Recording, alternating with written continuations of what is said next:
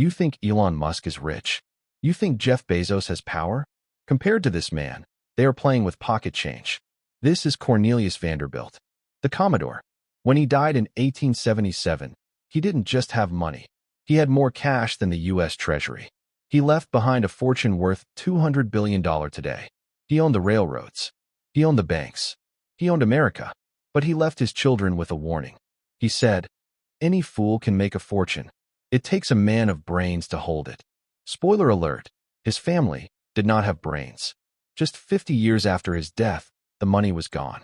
120 heirs, 10 mansions, endless parties. And today, not a single one of his descendants is a millionaire from the family fortune. Zero. This is the mathematical anatomy of the greatest financial choke in history. Part 1. The Monster. To understand how you lose $200 billion, you first have to understand the freak of nature it took to make it. Cornelius Vanderbilt wasn't a businessman. He was a shark swimming in a tank of minnows. He was uneducated, rough, and barely literate. He didn't read books, he read markets. He started with a $100 loan from his mother in 1810. He bought a small boat to ferry people across New York Harbor. That was it. That was the seed capital for the greatest fortune in American history. He didn't just work hard, he waged war. When competitors tried to undercut his prices, he didn't just lower his. He dropped them to zero. He made the ride free. He made his money selling food and drinks on the boat, starving his competition until they begged him to buy them out. He did this for 60 years, first with steamboats, then with railroads. By the time he was in his 70s, an age when most men are retiring, he was executing the biggest financial takeovers the world had ever seen. He consolidated the New York Central Railroad, effectively controlling the arteries of American commerce. If you wanted to move goods in the Northeast, you paid the Commodore. When he died in 1877, his estate was valued at $105 million. Let's put that number in perspective. $105 million doesn't sound like world domination money today, but in 1877, that was $1 out of every $20 in circulation in the entire United States. Imagine if one man today owned 5% of the entire US M2 money supply. That's not Jeff Bezos money. That is, I am the economy money. And he kept it all. He was notoriously cheap. He lived in a relatively modest home on Washington Place. He didn't buy art. He didn't throw parties. He didn't have a yacht for pleasure. He had yachts to make money. He wore simple black clothes. He chewed tobacco. He knew something that his children didn't. He knew that money is like a loaded gun. Useful if you aim it, dangerous if you play with it. On his deathbed, he was surrounded by his family. He had 13 children, but he essentially disinherited all of them except one, William Henry, known as Billy. He told Billy, "Any fool can make a fortune. It takes a man of brains to hold it." He gave Billy 95% of the money. To the others, he gave scraps. He knew that if he divided the fortune, it would lose its power. Concentration was the key to his empire. And for a brief, shining moment, it looked like the Commodore was right. Part 2. The False Hope. Billy Vanderbilt was a good son. He was the only one who understood the weight of the crown. He took that $105 million, and he didn't spend it. He went to work. He expanded the railroads. He fought off the unions. He navigated the political landscape. In just 8 years, he didn't just hold the fortune, he doubled it. When Billy died in 1885, the Vanderbilt fortune stood at roughly $200 million. This is the peak. This is the top of the roller coaster. At this moment, the Vanderbilts were richer than the Rockefellers, richer than the royals of Europe. They were the undisputed kings of the world. But Billy made one fatal mistake. A mistake that would trigger the mathematical countdown to zero. Unlike his father, Billy couldn't bear to pick a favorite. He couldn't bear to concentrate the power in one pair of hands. He loved his children too much. So, he split the fortune. He gave roughly $60 million to his son Cornelius II. He gave $60 million to his son William Kissam. He gave huge chunks to the other children. The dam had cracked. The water was no longer held in a single, powerful reservoir. It was beginning to flow. And the people waiting downstream? They weren't sharks like the Commodore. They weren't workers like Billy. They were the spendthrifts. Part 3. The Mathematics of Excess. Enter the third generation. This is where the math starts to get ugly. You have to understand the psychology here. The Commodore grew up poor. He valued every dollar. Billy grew up watching his father work. He respected the dollar. But the third generation? Cornelius II, William Kissam, George Washington Vanderbilt? They had never seen a day of poverty in their lives. To them, money wasn't a tool for production. It was a tool for validation. They didn't want to own railroads. They wanted to own society. In the 1880s and 1890s, New York society was dominated by old money. Families like the Astors who looked down on the Vanderbilts as nouveau riche, crude railroad people with dirt under their fingernails. This drove the Vanderbilt wives insane. Specifically, Alva Vanderbilt. Alva was the wife of William Kissam. She was a force of nature. She decided that if society wouldn't let them in, she would buy society. She launched a campaign of shock and awe. The weapon of choice? Architecture. They didn't just build houses. They built monuments to their own egos. In New York City, on Fifth Avenue, they built not one, not two, but 10 mansions. These weren't houses. They were European palaces transported to Manhattan. But the crown jewel wasn't in New York. It was in Newport, Rhode Island. The Breakers. Cornelius II built it. A 70-room Italian Renaissance-style palazzo. Gold leaf on the walls. Marble imported from Italy. Whole rooms disassembled in France, shipped across the ocean, and reassembled in America. The cost? Millions. But the construction cost is a trap. That's the rookie mistake. The Commodore would have told them. The cost of the asset is irrelevant. It's the carry cost that kills you. These houses required armies to run. The Breakers needed 40 servants just to open the doors. Chefs, maids, butlers, gardeners, stable hands. They had to be fed. They had to be clothed. They had to be paid. And remember, these were summer cottages. They lived there for 6 weeks a year. For 46 weeks, the house sat empty, burning cash. Heating, maintenance, taxes. But Alva wasn't done. She wanted to throw a party that would force the Astors to bow down. The Fancy Dress Ball of 1883. This is a legendary event in financial stupidity. Alva spent $3 million in today's money on flowers alone. She spent millions more on costumes, champagne, and entertainment. For one night, the guests were dressed as kings and queens.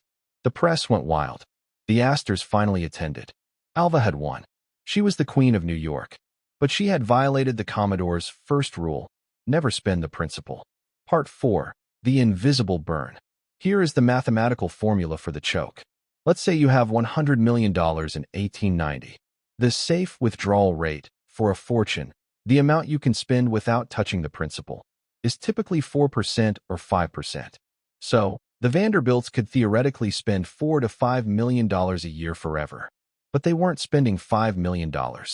Between the houses, the yachts, the horses, and the parties, they were burning through 10%, 15%, sometimes 20% of their liquid capital annually. But it gets worse.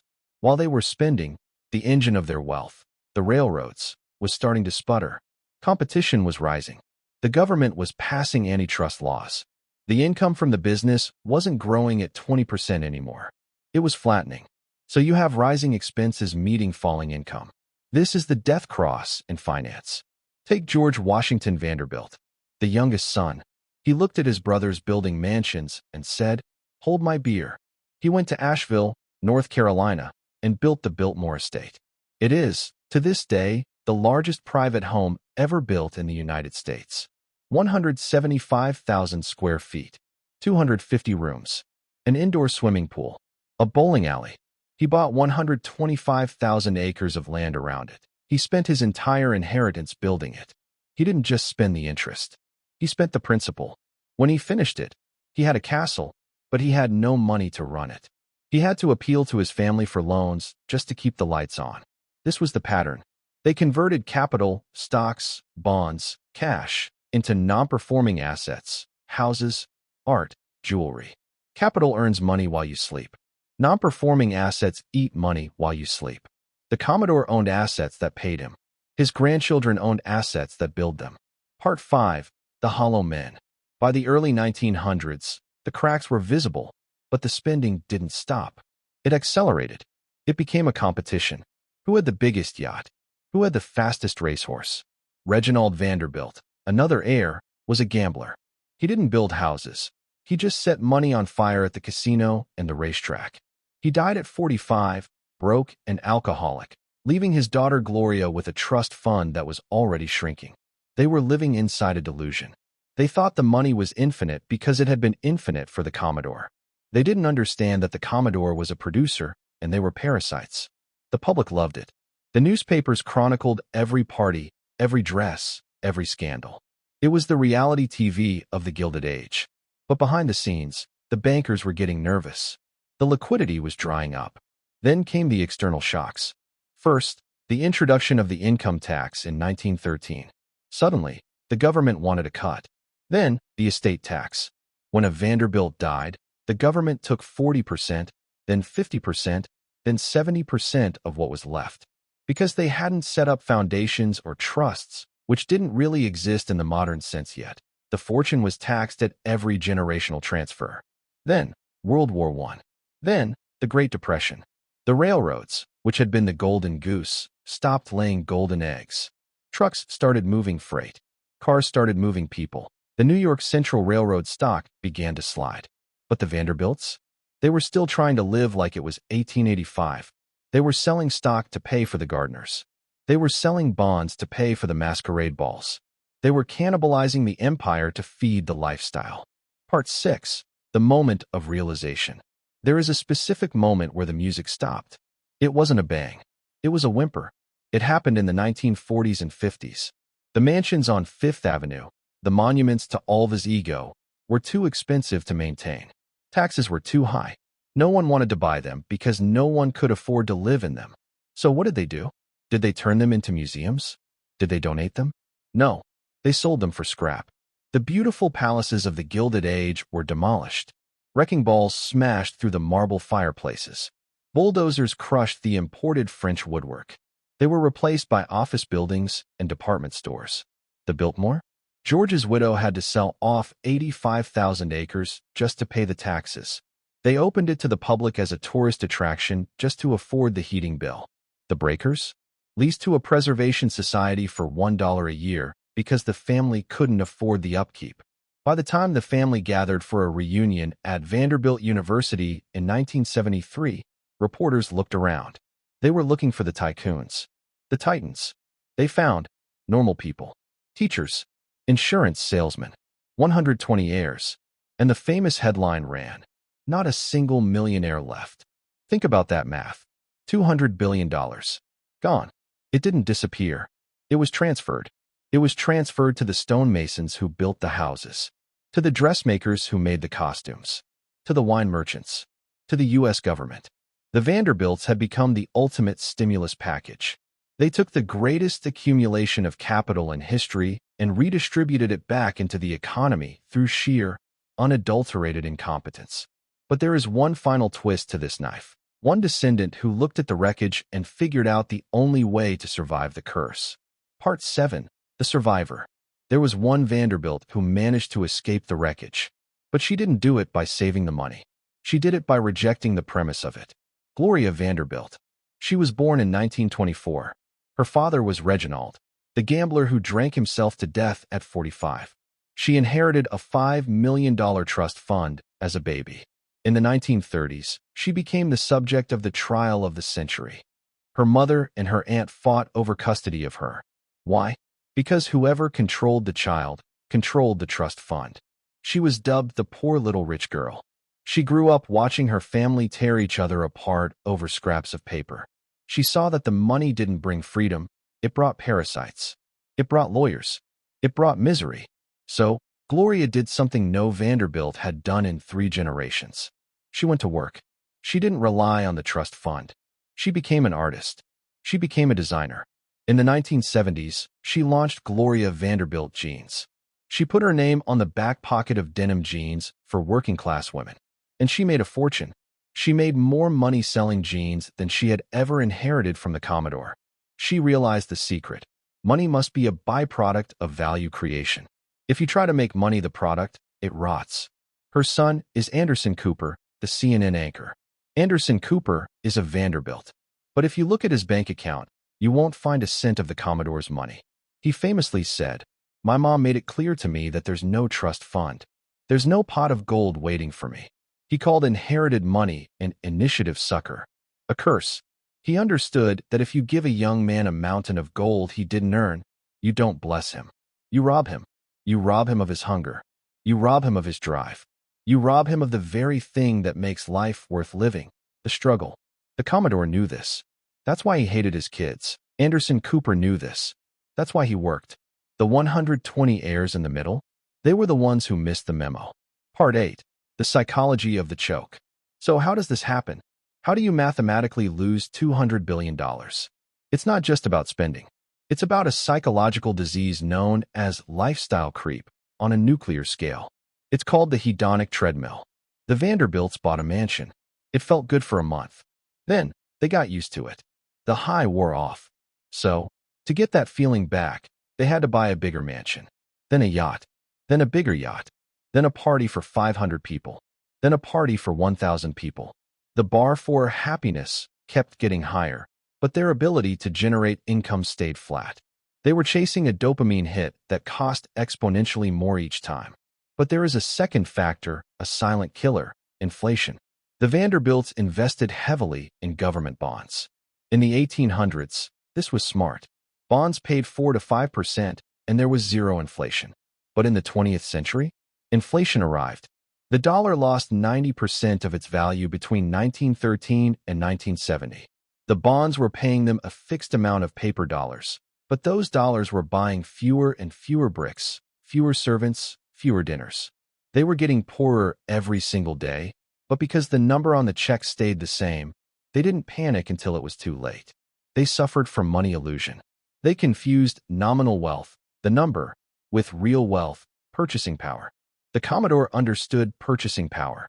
He owned real assets, railroads, ships, things that go up in price when inflation hits. His grandchildren owned paper, and paper burns. Part 9. The modern parallel. You might be sitting there thinking, well, that's sad for them, but I'll never have $200 billion, so this doesn't apply to me. Wrong. This is happening right now. Today, look at lottery winners. Statistics show that 70% of lottery winners go broke within 7 years. Whether they win $1 million or $100 million, the result is the same. Why? Because they have the Vanderbilt mindset. They see the money as a pool to be drained, not a seed to be planted. Look at professional athletes. Mike Tyson earned $400 million in his career. He filed for bankruptcy. How? He bought tigers. He bought mansions. He bought an entourage. He had the income of a corporation, but the spending habits of a drunk sailor. Look at the crypto millionaires of 2021. Kids who turned $1,000 into $2 million on a dog coin. Where are they now? Most of them are back to zero. Why? Because they thought the luck was skill. They thought the market only went up. They started spending the paper gains before they had secured the cash. They bought the lumbo on credit, borrowing against their crypto. When the crash came, the crypto went to zero, but the debt on the lumbo stayed at 100%. The Vanderbilt curse is not unique to the Vanderbilts. It is the default human setting. Our brains are wired to consume resources now because for 100,000 years, we didn't know if we'd survive the winter. Saving, compounding, deferred gratification, those are unnatural acts. They require an override of your biological programming. The Commodore had that override. His heirs reverted to factory settings. Part 10. The solution, how to hold it. So, let's go back to the Commodore's warning. Any fool can make a fortune. It takes a man of brains to hold it. What does it take to hold it? If you ever find yourself with a windfall, whether it's an inheritance, a business exit, or a lucky crypto run, here is the playbook the Vanderbilts ignored. Rule 1. Isolate the principal. You never, ever touch the golden goose. The Commodore's mistake was leaving the money directly to individuals. He should have locked it in a dynasty trust. A dynasty trust has rules. You can have the income. You can never touch the principal. If the Vanderbilts had been forced to live on the 4% yield, they would still be billionaires today. They would have been forced to budget. Rule 2. Own productive assets, not trophies. The breakers is a liability. It eats money. A rental apartment building is an asset. It spits out money. If you buy a luxury car, you are buying a liability. If you buy the stock of the company that makes the luxury car, you are buying an asset. The The Vanderbilts swapped their ownership of the American economy, railroads, for ownership of piles of stone, mansions. Never trade a cash flow asset for a cash drain toy. Rule 3. The three-generation rule. There is a Chinese proverb: wealth does not pass 3 generations. The first generation builds it. The second generation maintains it. The third generation loses it. Why? Because the third generation has no context for the struggle. To break this, you cannot just transfer money. You must transfer values. You have to make the kids work. Not fake work at the family charity. Real work. Cold calling. Digging ditches. Flipping burgers. They have to learn the value of $1 before they are given $1 billion of them. Warren Buffett has said he is leaving his children enough money so they can do anything, but not enough so they can do nothing. That is the line. The Vanderbilts crossed it. They gave them enough to do nothing. And nothing is exactly what they did. The ghost of the Commodore. If you go to New York City today, you can still feel the ghost of Cornelius Vanderbilt. Go to Grand Central Terminal. He built the original depot that stood there. There is a statue of him outside, looking south down Park Avenue. He stands there in his heavy coat, looking stern, looking tough. Thousands of people rush past him every day. Commuters, tourists, businessmen. They are running to catch trains. They are running to make money. And somewhere in that crowd, there might be a great-great-great-grandson of the Commodore. Maybe he's working in an office cubicle. Maybe he's waiting tables. Maybe he's struggling to pay his rent. He walks past the statue of the man who owned America. He walks past the legacy that should have been his. He walks past the $200 billion that slipped through his family's fingers like sand. And the Commodore stands there, frozen in bronze. Silent. But if you listen closely, you can almost hear him whispering that final, brutal warning to anyone who will listen. Any fool can make it. But God help the man who doesn't have the brains to keep it. Don't be the fool. Don't be a Vanderbilt heir. Be the Commodore.